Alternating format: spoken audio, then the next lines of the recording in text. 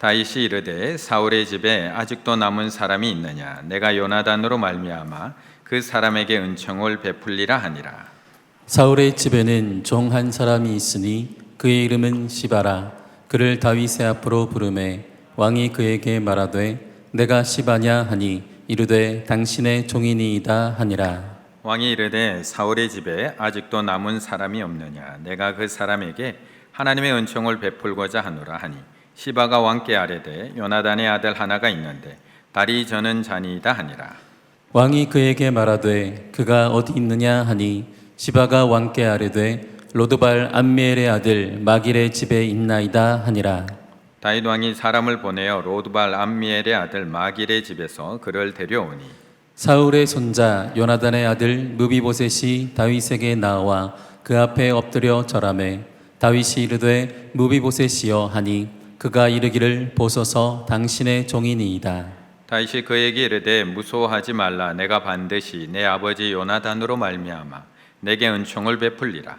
내가 내 할아버지 사울의 모든 밭을 다 내게 도로 주겠고 또 너는 항상 내 상에서 떡을 먹을지니라 하니 그가 절하여 이르되 이 종이 무엇이기에 왕께서 죽은 개 같은 나를 돌아보시나이까 하니라. 아멘.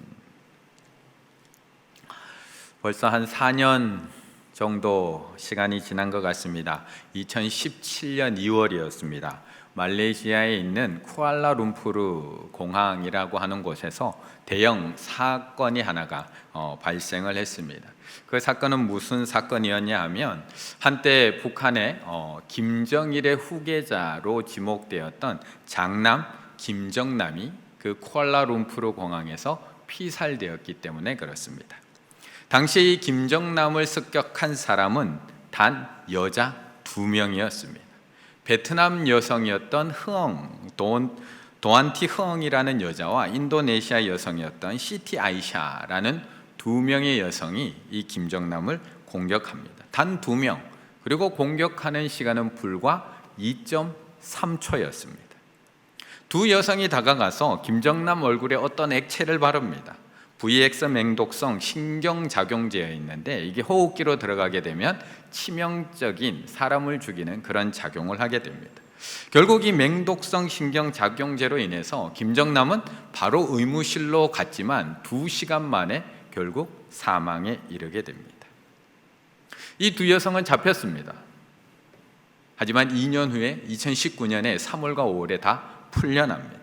왜냐하면 이 두 여성은 자신들이 바른 그 액체가 맹독성 신경안정제인지 몰랐기 때문에 그렇습니다.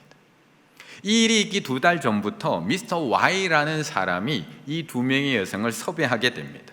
한국에서 온 사람인데 재미있는 유튜브 영상을 찍으려고 합니다 라고 하면서 이 두 여성을 섭외를 하게 됩니다. 그리고 재미있는 영상이라고 하면서 이 공항에서 7번 내지 8번의 연습을 시킵니다. 미리 촬영을 하게 만듭니다. 갑자기 어떤 사람에게 어떤 행동을 해서 깜짝 놀라는 장면을 찍는다는 겁니다. 예를 들어 이런 겁니다. 갑자기 얼굴에 뽀뽀를 하면 깜짝 놀라는 장면이라든지, 갑자기 얼굴에 로션을 바르는 그런 것을 하게 되면 깜짝 놀라게 한다든지, 오렌지 주스를 얼굴에다가 바른다든지 하는 걸 하면서 그 남성이, 그 사람이 깜짝 놀라는 장면을 찍어서 유튜브에 올린다는 겁니다. 이제 그렇게 7번, 8번을 반복한 이후에 이제 김정남이 도착하기를 기다리면서 이 두 여성에게 지시를 합니다. 이제 남자 배우가 올 텐데 그 배우가 저기 오면 내가 지시를 할 거니까 그때 2명이 양쪽에서 가서 얼굴에다가 이걸 바르라고 손에다가 이 액체를 발라줍니다. 이 두 여성은 아무것도 모른 채 그 액체를 바르고 이 김정남이 들어와서 신호를 받고 다가가서 단 2.3초 얼굴에다가 이 액체를 바른 이후에 이 김정남은 2시간 만에 사망에 이르게 됩니다. 북한은 왜 이런 일을 저지른 걸까요? 그래도 김정일에게 사랑받던 큰아들 장남인데 왜 김정남을 꼭 그렇게까지 죽이려고 했던 것일까? 아마 제가 굳이 더 설명드리지 않아도 2011년 김정일이 사망한 이후에 김정은에 의해서 이미 이 명령은 내려졌다, 스탠딩 오더로 이미 내려졌다는 것을 국정원을 통해서도 우리는 이미 다 알고 있습니다. 절대 취소되지 않는 명령, 그를 제거하라. 그것이 6년 만에 이루어진 사건입니다. 그리고 지금은 김정남의 아들, 한 명의 아들이 있습니다. 김한솔군. 그런데 이 김한솔군의 행방이 묘연합니다. 최근 미국에 있는 워싱턴 근교 햄버거 집에서 나타났다라는 소문이 있긴 합니다. 경호원 4명과 함께 대동해서 햄버거 집에 나타났다라는 이야기는 있습니다. 아마 지금 미국의 보호 아래 있을 것이다 라는 추측이 나오고 있습니다. 김정일의 손자, 김정남의 아들. 왜 김한솔군은 왜 숨어서 지내야 되는 걸까요? 왜 숨어서 지내야 하는 걸까? 사실 오늘 본문이 딱 그 본문입니다. 오늘 본문이 그렇게 숨겨져 있는 한 아들의 이야기, 발각되면 죽을 수밖에 없는 한 아들의 이야기, 그 상황에 놓여 있는 왕의 손자의 이야기가 오늘 본문입니다. 4절의 말씀을 같이 한번 읽어보겠습니다. 4절입니다. 왕이 그에게 말하되 그가 어디 있느냐 하니 시바가 왕께 아뢰되 로드발 암미엘의 아들 마길의 집에 있나이다 하니라. 아멘. 1절부터 다윗은 요나단의 집에, 사울의 집에 남은 자가 있느냐를 찾고 있습니다. 그런데 4절까지 한 번도 이 무비보셋의 이름이 4절까지는 한 번도 등장하지 않고 있습니다. 사울의 집에 있던 종 시바에게 묻습니다. 3절에서 그에게 이렇게 묻습니다. 그러자 시바가 대답을 합니다. 요나단에게 아들 하나가 있는데, 무비보셋이라고 대답하지도 않습니다. 다리 저는 잔이다 라고 대답을 합니다. 그리고 그가 어디 숨어 있는지를 알려줍니다. 로드발이라는 곳에 숨어 있답니다. 요단 동평에 있는 곳인데 그 뜻이 무엇이냐? 아무것도 아니다. 목초지가 없다. 목장이 없다. 로 아니다. 로 암미 백성이 아니다. 로 아무것도 없다라는 뜻을 가진 로드발에 있다고 합니다.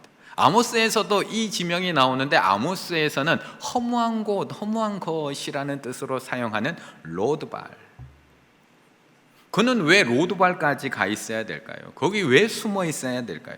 다리까지 절면서 제대로 걷지도 못하는 그가 왜 그 먼 곳까지 자신의 정체를 숨기며 숨어서 살아야 했던 것일까?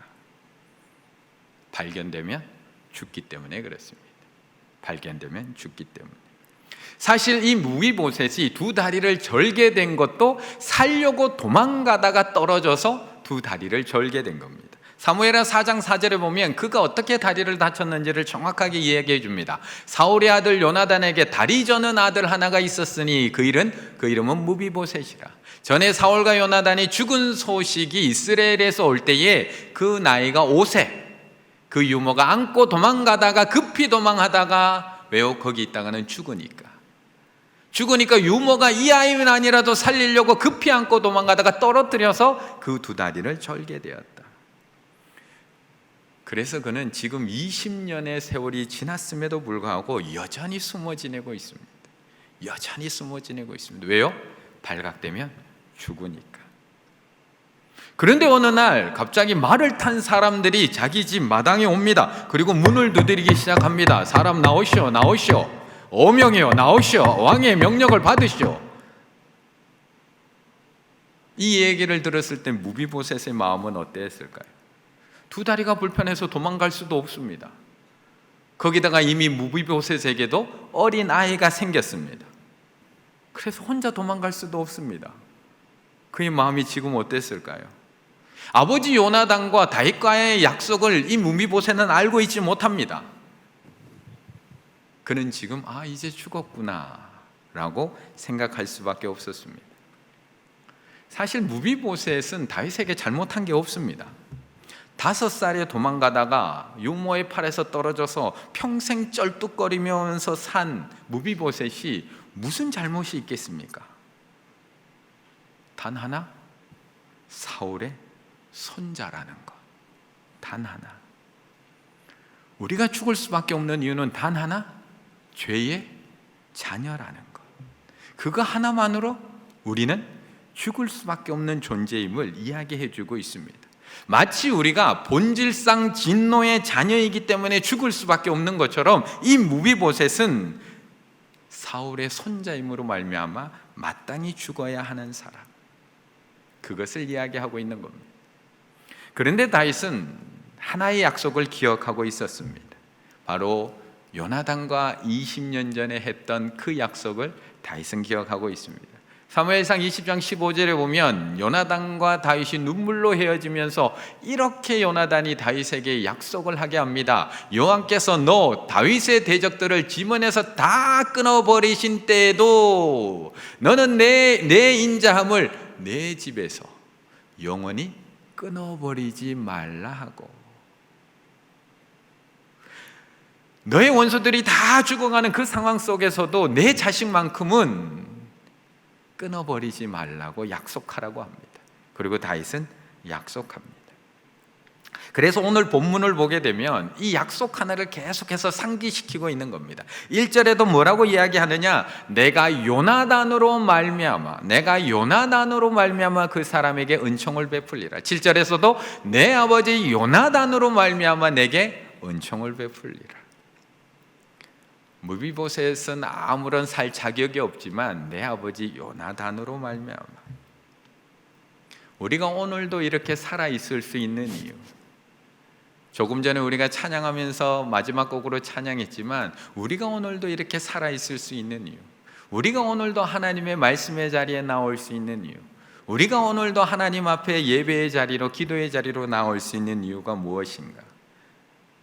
우리가 오늘도 하나님의 은총과 은혜 가운데 살아올 수 있는 이유, 우리의 신앙 때문, 우리의 믿음 때문, 우리의 능력 때문, 우리가 똑바로 잘 살아가고 있기 때문, 우리의 공로 때문이 아니라는 것입니다. 이 부분을 에베소서 2장에서 우리에게 한 번 더 분명하게, 에베소서 2장 3절에서 5절로 우리에게 정확하게 한 번 더 정리해 주는 말씀이 있습니다. 이 장면을 뭐라고 얘기하느냐? 전에는 우리도 다 그 가운데서 우리 육체의 욕심을 따라 지내며 육체의 마음에 원하는 것을 하여 다른 이들과 같이 본질상 무슨 자녀라고요? 진노의 자녀였더니. 우리는 본질상 진노의 자녀였습니다. 사울의 자녀, 죽을 수밖에 없는 자녀. 하지만 긍휼이 풍성하신 하나님이 우리를 사랑하신 그 큰 사랑을 인하여 허물로 죽은 우리를 그리스도와 함께 살리셨고, 너희는 은혜로 구원을 받은 것이라. 아멘. 이 이야기를 이렇게 정리해주고 있는 겁니다. 오늘 죽을 수밖에 없는 무비보셋이 아버지 요나단으로 말미암아 은혜로 구원받은 것처럼 우리도 죽을 수밖에 없는 우리도 예수 그리스도로 말미암아, 은혜로 말미암아 그 큰 사랑으로 인하여 구원받을 수 있었다라는 것을 말씀하고 있습니다. 그런데 놀라운 것은 이 하나님의 은혜는 여기서 멈추지를 않습니다. 우리를 그냥 구원하시고 살리신 것으로 멈추지 않습니다. 그래서 오늘 본문 9장의 마지막은 이렇게 마무리가 됩니다. 13절의 말씀을 함께 읽겠습니다. 13절입니다. 무비보셋이 항상 왕의 상에서 먹음으로 예루살렘에 사니라. 그는 두 발을 다 절더라. 아멘. 사실 무비보셋의 입장에서는 살아난 것만으로도 은혜입니다. 문을 두드릴 때까지만 해도 나는 죽었구나 라고 생각을 했는데, 이대로 끌려가면 이제 죽을 수밖에 없구나, 더 이상 내 아들 미가도 더 이상 두 번 다시 볼 수 없겠구나, 절망에 사로잡혀 있었는데 그는 살아났습니다. 아버지 요나단으로 말미암아 살아났습니다. 그런데 다윗의 은혜는 여기서 멈추지를 않습니다. 그를 왕의 상에서 항상 먹게 해주고 있습니다. 그리고 예루살렘에 살게 해주고 있습니다. 근데 13절을 읽어보면, 이 9장의 마지막 절 13절을 계속해서 읽어보면 그 표현이 참 재미있습니다. 13절에 이렇게 얘기합니다. 무비보셋이 항상 왕의 상에서 먹음으로 예루살렘에 사니 그는 두 발을 다 절었더라. 13절에서 굳이 이렇게 얘기합니다. 굳이 끝까지 그가 두 발을 다 절었더라. 왜 끝까지 이 말을 물고 늘어지는 걸까요? 왜 끝까지 무비보셋이 두 발을 절었다라고 끝까지 이 아픈 것을 왜 끝까지 찌르는 걸까요? 왜 끝까지? 왜 끝까지 그 두 발을 못 쓰는 그 무비보셋이 왕의 상에 먹고 있고 예루살렘에 살고 있음을 강조해 주고 있는 걸까?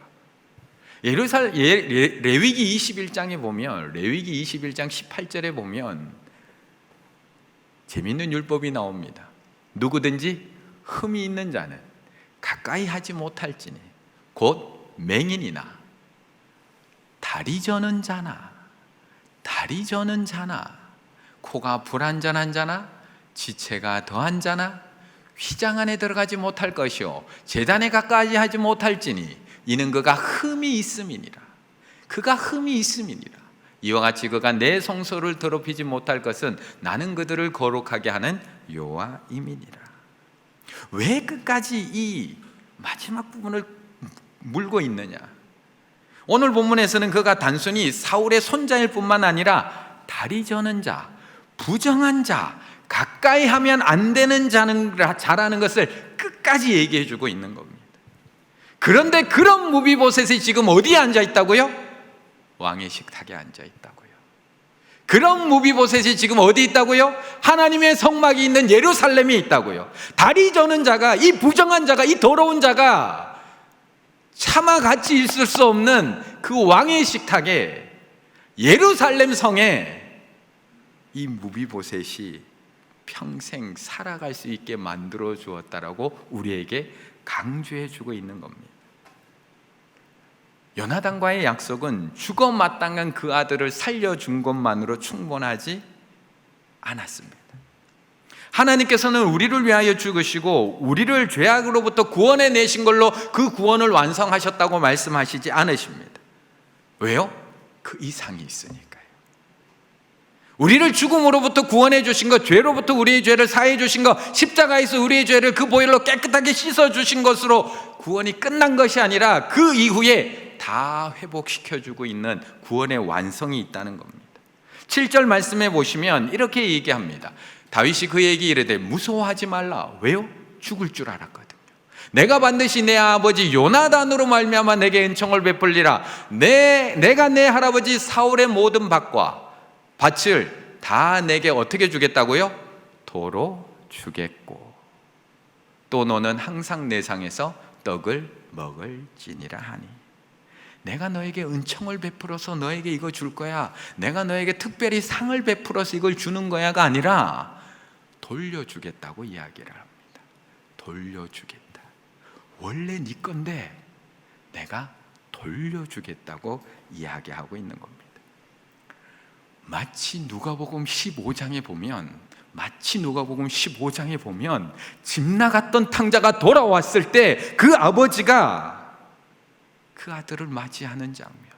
그 아들은 배가 고파서 허기가 져서 아버지 집에 가서 품꾼으로라도 저를 써주셨으면 하는 마음으로 아버지한테 나와왔는데, 아버지는 그의 목숨을 살려주는 것으로 끝나지 않고 제일 좋은 옷을 꺼내다가 그에게 입히고 손에다가 가락지를 끼우고 신발을 가져다가 신기면서 그의 직분을, 그의 모든 것들을 다 회복시켜 주는 것처럼, 그리고 살찐 송아지를 잡아서 그를 아버지의 식탁에 앉히는 것처럼 도로 다 회복시켜 주겠다고 말씀하고 있는 겁니다. 무비보셋은 원래 누구의 아들요? 요나단의 아들요. 그러면 원래 뭐였다고요? 왕자였다고요. 그래서 지금 다윗은 그의 모든 신분을 회복시켜 주고 있는 겁니다. 사울의 모든 밭과 땅을 다 돌려주고 있고 왕자로서 내 상에 먹을 수 있는 너의 왕자로서의 신분까지도 다 회복시켜주고 있습니다. 앞에서 살펴봤던 에베소서 2장 3절로 5절의 말씀은 그 구원으로 완성되지 않습니다. 이어지는 6절에서 한 단계 더 나아가는 회복이 있습니다. 본문을 한번 확인해 보면 이렇습니다. 5절이 아까 전에 이렇게 끝났습니다. 허물로 죽은 우리를 그리스도와 함께 살리셨고 너희는 은혜로 구원을 받은 것이라. 여기서 끝나는 것이 아니라 또 함께 일으키사 그리스도 예수 안에서 함께 하늘에 앉히시니. 여기까지가 구원의 완성이라는 겁니다. 단순히 생명을 살려준 것만으로 구원이 완성되는 것이 아니라 그 영혼을 다시 살리셔서 하늘 보자 하나님의 천국 식탁에 앉히는 것, 그것까지가 온전한 회복임을 보여주고 있는 겁니다. 하나님의 구원의 역사는 허물로 죽은 우리를 살리는 것으로 끝나지 않습니다. 죽어 마땅한 우리를 용서하시고 살려주시는 것으로 예수 그리스도의 사역은 끝난 것이 아닙니다. 또 함께 일으키사 그리스도 예수 안에서 함께 하늘 보좌에 앉히시니, 예수 그리스도의 부활과 함께 우리를 부활시키시고 하늘 보좌 그 천국 식탁에 앉히시는 것, 거기까지가 구원의 완성이라는 겁니다. 그래서 오늘 본문 속에는 이 다윗과 무비보셋의 모습을 통해서 우리에게 그 구원의 여정을 한눈에 보게 하고 계시는 겁니다. 한눈에. 본질상 진노의 자녀였던 죽을 수밖에 없는 우리를 데려오십니다. 왜요? 우리는 다리를 졸고 있어서 하나님 앞에 나올 수도 없었던 사람들, 그래서 신하들을 시켜서 친히 데려오시고 있는 겁니다. 그리고 그의 이름을 불러주십니다. 무비보셋이요, 다윗이 이르세 무비보셋이여 하니, 그리고 은총을 베풀어 줍니다. 무서워하지 말라, 죽음으로부터 생명으로 옮겨줍니다. 그런데 거기서 끝나는 것이 아니라 왕자의 신분을 완전히 회복시켜주고 있습니다. 왕의 자녀로서 왕의 식탁에서 먹게 하고 계십니다. 우리가 이 놀라운 은혜를 항상 기억하고 살면 얼마나 좋겠습니까? 우리가 영원히 이 은혜를 기억하고 살아가면 얼마나 좋겠습니까? 그런데 우리의 기억은 특히나 받은 은혜에 대해서는 기억력이 별로 좋지가 못합니다. 2절의 말씀을 함께 읽어보겠습니다. 2절입니다. 사울의 집에는 종 한 사람이 있으니 그의 이름은 시바라. 그를 다윗의 앞으로 부르매 왕이 그에게 말하되 내가 시바냐 하니 이르되 당신의 종이니이다 하니라. 아멘. 오늘 본문 속에는 다윗과 무비보셋 외에 중요한 역할을 하는 한 사람이 등장을 합니다. 그의 이름이 뭐죠? 발음 잘 하셔야 됩니다. 그의 이름이 뭐죠? 시바. 네. 시바라는 한 종이 등장을 합니다. 그런데 그의 이름 앞에는 이런 수식어가 붙어 있습니다. 사울의 집에는 종 한 사람이 있으니. 사울의 집에는 종 한 사람이 있으니. 그는 사울의 집에 있던 종이라는 겁니다. 사울과 그의 집을 돌보던 종, 분명히 사울에게 선택을 받았고 사울에게 충성을 맹세했으며 사울에게 큰 은혜를 입었던 종이 바로 이 시바입니다. 그가 어느 정도의 은혜를 입었느냐, 10절에 보면 그가 어느 정도의 은혜를 입었느냐가 한 줄에 나옵니다. 시바는 아들이 몇 명이요? 15. 종이 몇 명이요? 20명. 종인데 아들이 15명이랍니다. 다윗보다 많습니다. 거기다가 종인데 부리고 있는 종이 20명이랍니다. 얼마나 큰 은혜를 입은 걸까요? 사울에게 얼마나 많은 은혜를 받은 걸까요? 그런데 그 큰 은혜를 받았음에도 불구하고 자신의 주인 사울의 손자인 무비보셋은 돌보지 않고 있습니다. 무비보셋이 어디 있는지 모르고 있는 게 아닙니다. 어떤 처지에 놓여 있는지 모르고 있는 게 아닙니다. 어떻게 비참하게 살아가고 있는지 모르고 있는 건 아닙니다. 정확하게 알고 있습니다. 다윗에게 다 이야기해주고 있습니다. 하지만 그를 돌보지는 않습니다. 사울로부터 그 큰 은혜를 받았음에도 불구하고 단 하나도 기억하지 않고 살아가고 있는 사람, 시바. 조금 세게 발음하고 싶지만 시바. 은혜를 많이 받았다고 해서 은혜를 많이 기억하고 살아가는 것 결코 아닙니다. 은혜를 적게 받았다고 해서 은혜를 기억하지 않고 살아가는 것도 아닙니다. 지난주일 3부에는 교회의 정전 사고가 크게 한번 일어났습니다. 2부 때까지만 해도 참 잘 에어컨도 돌아가고 전기도 들어오고 예배를 잘 드렸는데 2부하고 3부 그 사이에 갑자기 껌뻑껌뻑 하더니 교회 전체의 전기가 나가버렸습니다.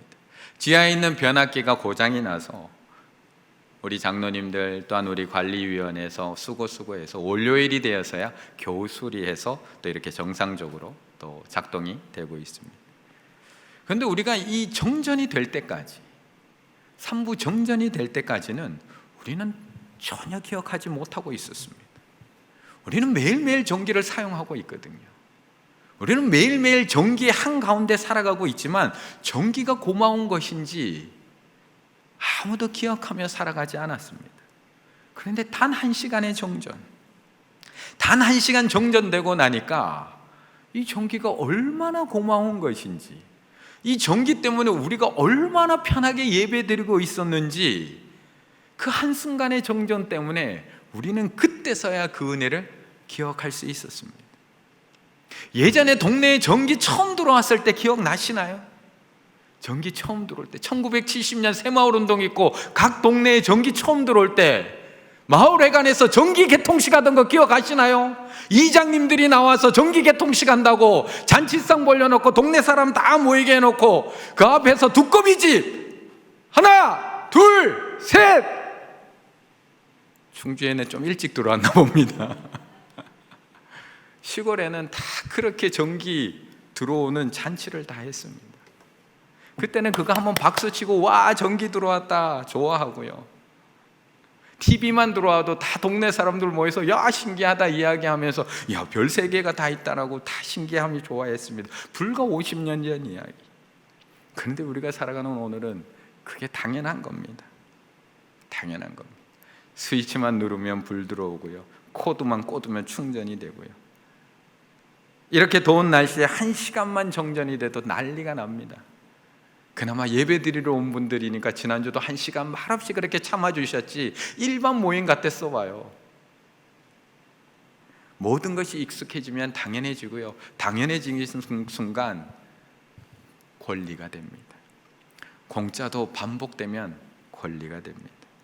우리 정기의 고마움 잊어버리고 산 지 한참입니다. 그 은혜 잊어버리고 산 지 한참입니다.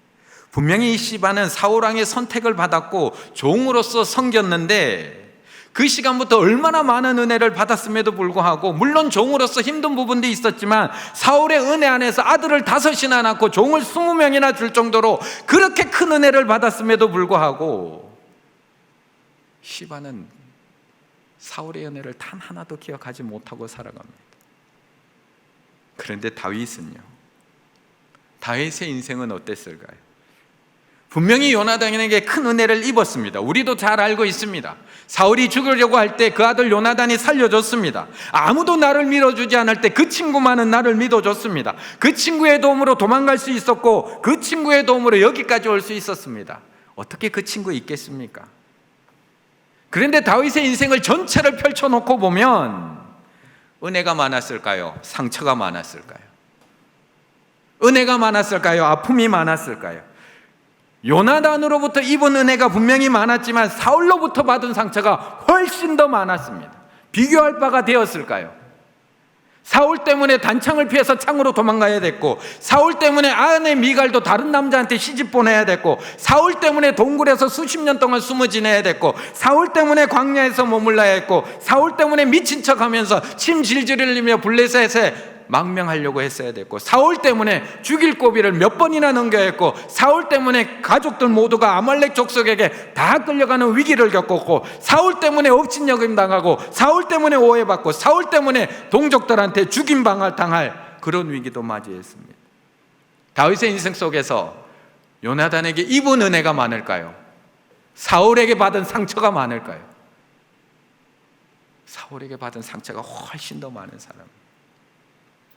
우리는 늘 상처만 세워보는 사람들입니다. 시바처럼 수많은 은혜 가운데 살아왔음에도 불구하고 단 하나의 은혜도 기억하지 못하고 살아가는 사람들, 이처럼 수많은 믿음의 사람들, 날 좋아해주고 날 위해서 기도해주는 이 수많은 교인들이 있음에도 불구하고 나에게 안 좋은 소리 하는 한 명, 그 한마디 때문에 오늘도 아파하며 하나님 앞에 이 아픔을 해결해달라고 기도하고 있는 게 우리라는 겁니다. 우린 수많은 은혜 속에서도 그 한 가지 상처 붙들고 오늘도 살아가고 있는 사람들. 그런데 다윗은 그 십수년의 상처들 속에서도 단 하나의 은혜를 기억하는 사람, 수백 개의 상처 가운데서도 단 하나의 은혜를 잊어버리지 않는 사람. 그래서 그는 무비보셋을 데려와서 모든 것을 회복시켜 줄 수 있는 거고요, 그를 자신의 식탁에서 함께 먹게 해줄 수 있는 것입니다. 다윗은 갑자기 오늘 이 약속이 떠오른 게 아닙니다. 20년 동안 잊혀졌던 요나단과의 약속이 오늘 갑자기 생각난 걸까요? 오늘 갑자기 그때 요나단이 있었지 갑자기 생각나서 무비보셋을 찾은 걸까요? 사실 오늘 다윗이 베푼 은총은 약속만으로 이루어진 것이 아닙니다. 다윗의 삶은 이미 은혜를 기억하는 삶이었고 은총을 베푸는 삶을 이미 살아오고 있었습니다. 오늘 갑자기 그 은혜가 생각이 나서 갑자기 잊었던 그 친구를 찾았던 것이 아니라 지금까지 그 하나님의 은혜를 기억하며 살아왔고 날마다 자신의 삶 속에서 그 은혜를 가지고 은총을 베풀던 삶을 살아왔던 사람이 바로 다윗이었다는 겁니다. 만약 다윗이 은총을 베풀지 않았다면 지금 시바가 살아있을 수 있을까요? 지금 시바가 살아있을 수 있을까요? 사울의 집에는 종 한 사람이 있으니 사울의 집에 있었던 종 시바가 다윗이 은총을 베풀지 않았다면 과연 지금 살아있을 수 있었을까요? 자신이 가지고 있던 재산 하나도 안 뺏기고 이렇게 가지고 있을 수 있었을까요? 은총을 베풀어 줬기 때문입니다. 다윗의 지나온 삶을 한번 되짚어 보십시오. 다윗이 아둘람굴에 있을 때 그를 찾아온 400명이 어떤 사람들이었습니까? 그런데 그 사람들 돌려보냈나요? 억울한 사람들, 빚진 사람들 돌려보냈나요? 아니요. 내가 받은 은혜가 있기 때문에 그들에게 은총을 베풀어 줬던 사람이 다윗입니다. 이후에 사울을 죽일 수 있는 기회가 2번이나 있었음에도 불구하고 사울을 죽이지 않은 이유가 무엇인가요? 내가 받은 은혜를 기억하고 있었기 때문에 그에게 은총을 베풀 수 있었을 겁니다. 자신의 가족들이 아말렉에게 다 끌려갔을 때 600명의 용사를 끌고 그를 쫓아갔는데 200명은 부서울 시내가에서 지쳐서 따라가지도 못합니다. 나머지 전사들을 데리고 쫓아가서 아말렉으로부터 모든 걸 다 빼앗아서 돌아오는 그 와중에 따라갔던 사람들이 얘기합니다. 안 따라간 사람들에게 나눠주지 말자고. 저 사람들에 나눠줘서 뭐하냐고. 우리가 고생한 거 아니냐고. 그때 다윗이 뭐라고 얘기합니까? 똑같이 나눠주라고. 똑같이 나눠주라고. 같이 가지 못한 200명에도 똑같이 받은 은혜를 베풀 줄 아는 은총의 사람. 그렇다면 약속보다 더 중요한 것은 내가 받은 은혜를 매일매일 기억하며 살아가는 삶입니다. 내가 베풀 은총, 내가 어떻게 은총을 베풀까를 생각하는 것이 아니라 내가 지금까지 받아온 은혜가 얼마나 큰 것인지를 매일매일 기억하며 살아가는 삶, 그것이 기억이 될 때, 내가 어떤 은혜를 받았는지가 기억이 될 때 우리는 누군가에게 은총을 베풀 수 있는 사람이 된다는 것입니다. 오늘 다윗의 놀라운 은총을 입은 무비보셋은 다윗에게 이렇게 고백을 합니다. 8절의 말씀을 우리가 같이 읽을까요? 무비보셋의 고백입니다. 함께 읽습니다. 그가 절하여 이르되 이 종이 무엇이기에 왕께서 죽은 개 같은 나를 돌아보시나이까 하니라. 아멘. 그가 절하여 이르되 이 종이 무엇이기에 왕께서 죽은 개 같은 나를 돌아보시나이까. 죽은 개 같은 나. 살아있는 개는 귀엽기나 합니다. 그런데 교회 오시다가 도로에 죽은 개 있으면 다 피해서 오시잖아요. 그런 죽은 개 같은 나를 돌아보심을 다윗에게 고백하고 있습니다. 어쩌면 우리가 하나님 앞에 이미 다 했던 고백입니다. 그런데 이 무비보셋의 이 기억, 이 은혜에 대한 이 기억이 얼마나 오래 갈까요? 그런데 놀라운 것은 다윗은 평생 이 고백을 하면서 살아갔다는 겁니다. 목동 때부터 시작해서 왕이 된 이후에도 평생 다윗의 입술에서는 이 고백이 떠나지 않았다는 겁니다. 그 고백이 어디에 나오느냐? 시편 8편. 다윗이 예배 때마다 불렀던 그 노래. 사람이 무엇이기에 주께서 그를 생각하시며 인자가 무엇이기에 주께서 그를 돌보시나이까. 하나님, 제가 무엇이기에 그를 생각하시며 하나님, 제가 무엇이기에 저를 지금까지 돌아보십니까? 그를 하나님보다 조금 못하게 하시고 영화와 존귀로 관을 씌우셨습니까? 우리는 매일매일 이 고백을 드리지 않으면 우리는 금방 잊어버립니다. 무비보셋이 죽은 개 같은 나에게 어떻게 이런 은혜를 베푸냐고 감격하고 있지만 왕의 식탁에서 매일매일 밥을 먹다 보면 잊어버리게 되어 있습니다. 그 시간이 길어지면 길어질수록 잊어버리게 되고요, 그 자리가 당연한 자리가 됩니다. 저는 아닐까요? 저는 아닐까요? 저는 이 자리가 당연한 자리 되지 않을까요? 이 담임 목사의 자리가 제 자리가 당연한 자리 되지 않을까요? 시간이 지나면 제 입술에서 사람이 무엇이기에 주께서 저를 생각하십니까? 인자가 무엇이기에 주께서 저를 돌보셔서 이 자리에 세우셨습니까? 라는 고백을 매일매일 하지 않으면, 저도 이 고백을 잃어버리면 은혜를 기억하고 있는 다윗이 아니라 은혜를 잃어버린 시바가 될 수밖에 없다는 것입니다. 그리고 은혜만 잃어버리게 되는 것이 아니라 누군가에게 베풀 은총까지도 잃어버리게 되는 것입니다. 오늘 이 밤에 하나님 앞에 나오실 때 아마 오늘 하루도 수많은 상처들 속에서 오늘 하루 살아가셨을 겁니다. 아마 은혜와 상처를 놓고 보면 상처가 훨씬 더 많은 하루였을 수도 있을 겁니다. 나하고 같이 일하는 사람이 준 상처, 그 사람이 던진 말 한마디, 생각 없이 던진 그 이야기 한마디, 오늘 하루도 얼마나 많은 상처 속에 살아오셨습니까?